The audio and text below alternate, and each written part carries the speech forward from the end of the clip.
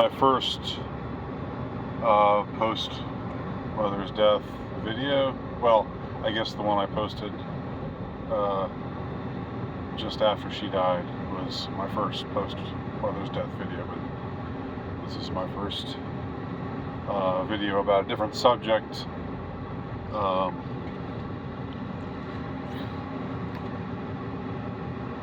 I hate traffic in Atlanta. Absolutely despise it. Atlanta's a mistake. Gigantic mistake. So, I've been thinking today about trad wives. And I'm going to have this is my hot take. Maybe I'm feeling extra simpy because I love my mom, and you know she's a woman, so write it off as you know me being simpy because I'm sad about my mom dying. But I think maybe trad wives aren't so bad. You know, the ladies who come on who have, I guess, TikTok. I guess they're mostly on TikTok or whatever. And there's that one girl, like in her mid-20s, who's, you know, got a rather large chest, but who dresses like she's from the 50s, and you know, she's always in the kitchen, and she's like the one who gets the most play. But there's a few others like her, and it seems like the MGTOW people, the MGTOW guys, just hate them, just hate the trad wives, and just despise them, and just think that they're absolute. There's not a sincere bone in their body, but they're just gold diggers, and you know, they're just grifters and whatnot. But I don't think that's the. I mean, it's hard. Who knows? Who knows what lurks in the heart of man or in the heart of woman? Not me. I don't claim to know for sure. But my vibe the vibe I get when I see most of these women is one of sincerity. Now I'm sure some of them are not sincere. But I think this, like, here's my general sense of things that sort of occurred to me today. And okay, don't get me wrong. I'm still down on feminism. But it seems to me that, looked at a certain way, feminism is the weapon. Feminism is the means to an end. The real enemy, you know, what I think would get rid of feminism, maybe, or would at least contribute to feminism being less of a powerful. Well, I mean, feminism is powerful because it gets promoted by, you know, all the billion-dollar influence peddlers and so forth. It's the same reason why all the other things that we see, you know, in corporate media get so much play. But I think that what's behind it all is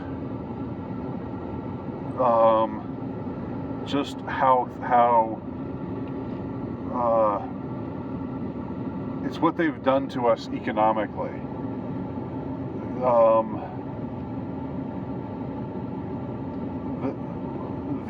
The fact that wages have not, and I'm not an economist, as you can no doubt tell, and I want to make that clear. So I'm just some guy talking. So take it with a grain of salt, if you will. if you want, if you may, if you might. But I think that they declared economic war at some point on us, on the common man, if you will, because at some point there was a day when it was actually possible to support a family on a working man's wage,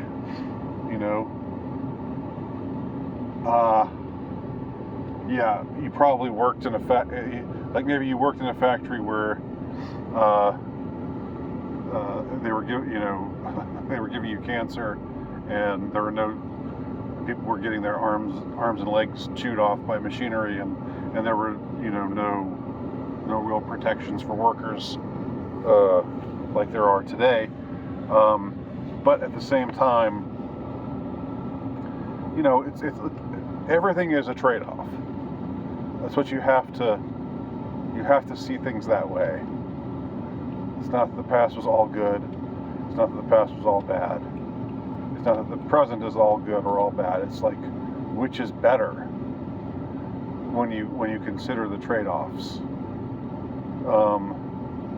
And my argument for why the past was better is the fact that you could once raise a family on one income.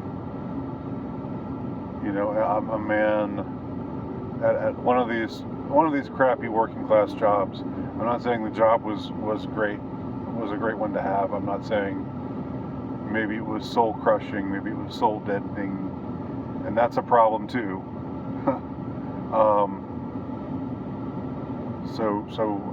So I'm not like there's no scenario of the past that isn't without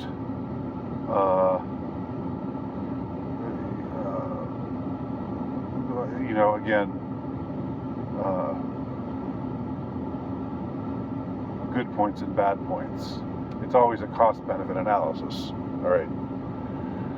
But I think that when you consider that in the past, wages were more in keeping with your ability to feed yourself, feed your family, clothe your family, give your family what they needed to survive.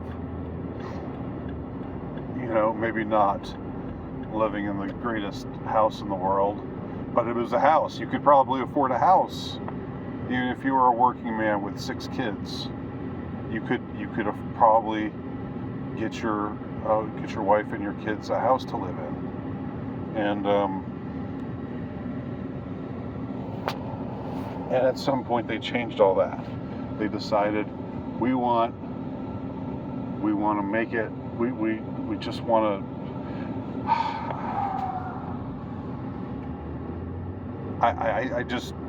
It just seems that they decided they used feminism, and I mean this has been admitted to. I remember somewhere, like it was broken somewhere. I don't have the source in front of me right now. I can't give you the footnote. Maybe one of you knows, one or more of you knows what I'm talking about. But there was some point at which they said, or some insiders admitted, yeah, we gave them feminism because we wanted more taxable income. We wanted to make both men and women have to work, and that way more money goes to the government, and that way the kids aren't raised at home, and they're more easily indoctrinated, and so forth.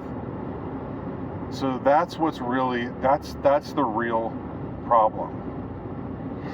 The real problem is the economic war that's been declared on us, and feminism is a side.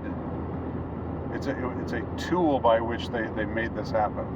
They said to women, you know what? It's degrading for you to be just housewives.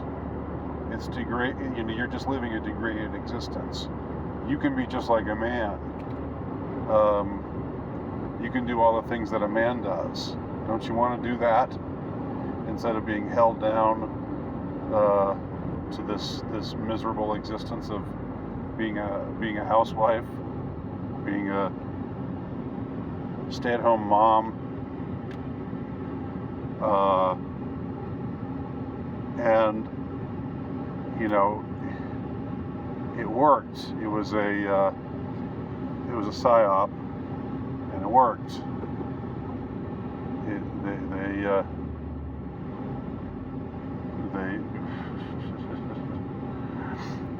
Women's minds are probably more malleable than men's are. Sorry if that offends you. Well, I'm not sorry if that offends you. It's what I think. Pretty narrow.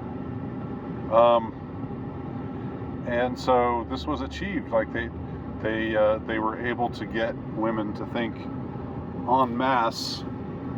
Yeah, damn it. They're just keeping us down. They're just making us breed mares and whatnot. That's all we are to them, and we need to go out and discover ourselves and have sexual adventures, sleep with more than one man, and so forth and so on. Sleep with a ton of men just like men sleep with a ton of women, right? Except that's not true for most men. I don't think that's ever been true for most men. But women, they convince women of that. Not all women, of course, but they convinced a significant number of women, and women got on board with feminism, and like the cultural chaos ensued. Cultural chaos ensued, but in addition to the cultural chaos that has engulfed us ever since, all this shit was pushed upon us, which has pretty much been over the course of my lifetime. I was born in 1971. I've been here for the decline. I mean, I haven't been here for all of the decline. I've been here for most of the decline. All of my life has been watching the decline and fall. Now, in the decline and fall, there are, because again, there's always trade-offs. Within the decline and fall, we've seen positive trends emerge. It's never all black. It's never all black and white. It's never all bad. So keep that in mind too. There's good things happening because the controllers don't control everything. They can never control everything. There are always countervailing forces, and again, if you have faith, you know that what the controllers are is they're opposed by the real force of good in the universe, and that's why they'll fail. But that said, we've seen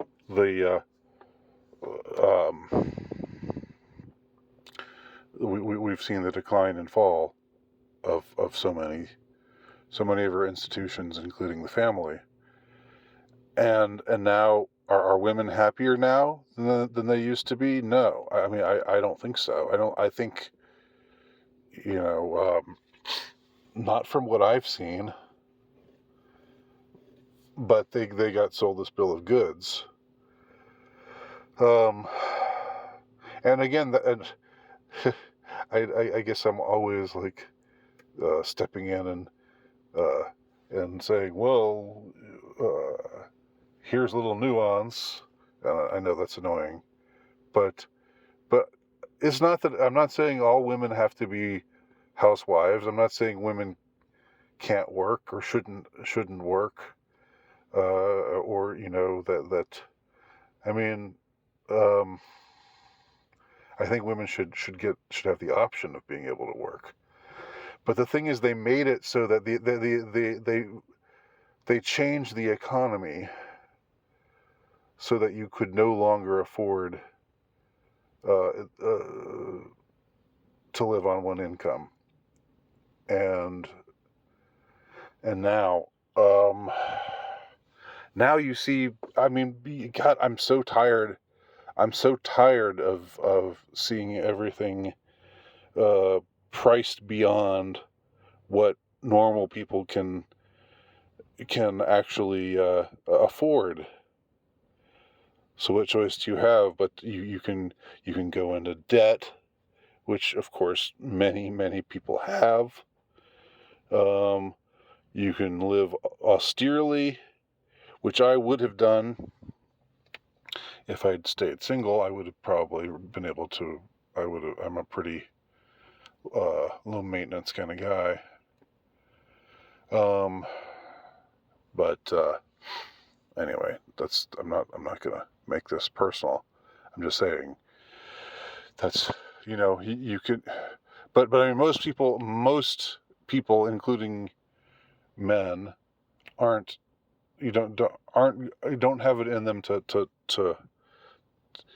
uh, to go without to that degree. I know there's like all that. There's that meme of, well, here's what a single man's apartment looks like, and it's just a beanbag and a TV screen or computer screen with a remote control for playing computer games, and that's all the furniture they have, and there's nothing on the walls, and or they just have a little sleeping bag in the corner.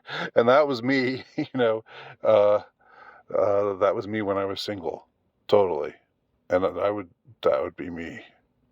That would be me today. I mean, it basically is me today. But anyway, gosh, I know this is rambling, but I'm groping towards this sort of new revelation, which is that we shouldn't blame the chicks so much. We shouldn't be so mad at the chicks. Be mad at them for what, if they messed over your life, and you don't trust them, then that's fine. Do that. You know, I'm not saying be a simp, but I am saying um, that I think when you see the trad wives out there, they're they're they're responding to something real. They're responding to a real need, which is the woman's deep-seated need, um, to have the kind of security that she used to have more, that used to be uh, something that was, that was easier for her to secure, when we had a saner society, when we had a society that wasn't totally evil and didn't totally value everything that was awful and satanic and rotten and cruel and hateful. Um, that's what you're seeing when you're seeing the trad wives. So I would say cut them some slack, if that doesn't, as long as that doesn't make me into a simp in your eyes. Well, think me a simp if you want. But that's what I think. That's what I think. And let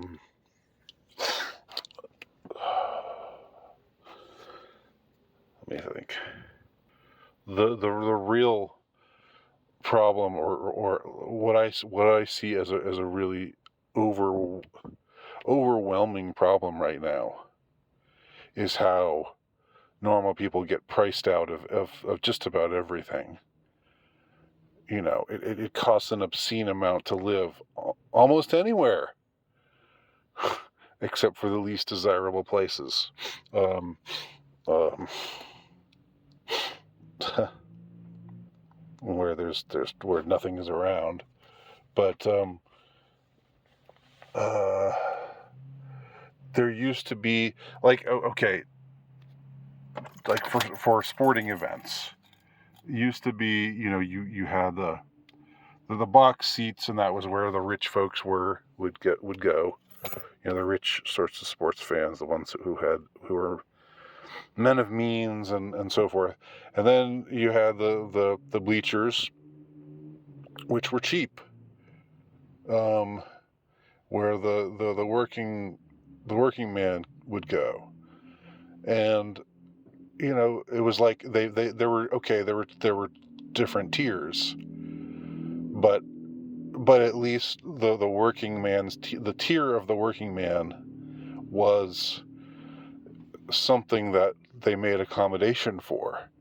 Now, I mean, I'm just using the example of sporting events as but it's just an example of what I'm talking about. I know that sports are. I know some of you think sports are gay, whatever, but but now you sort of are just priced out.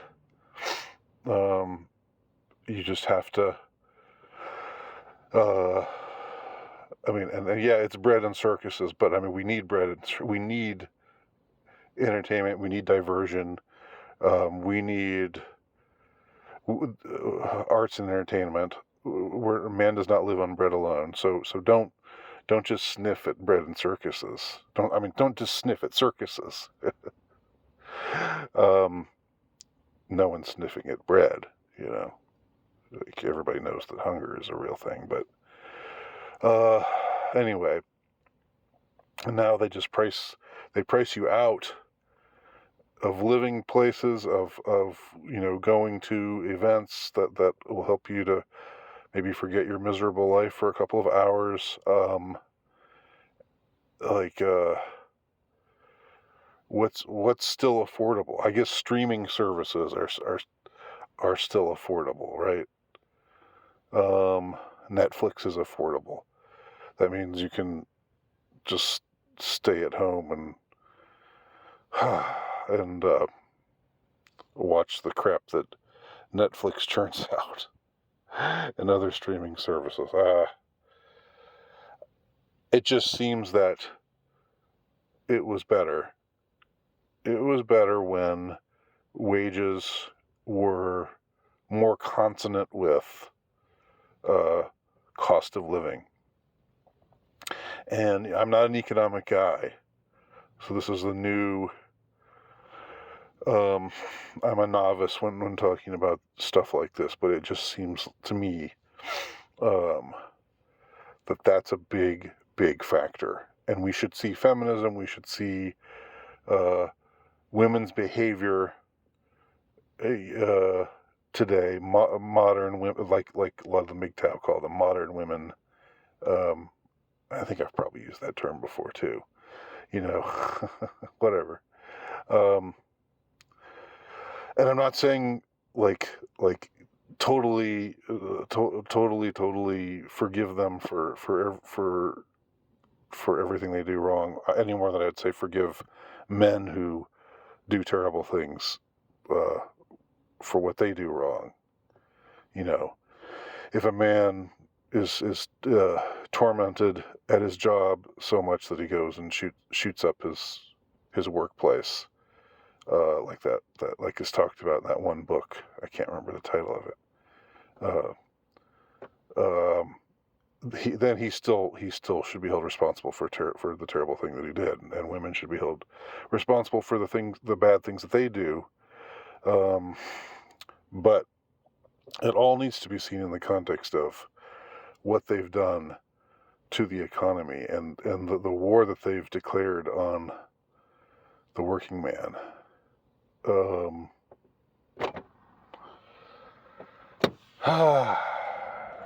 And this is probably another, like, a reason why opiates are an issue, and why OxyContin deaths and so many other things.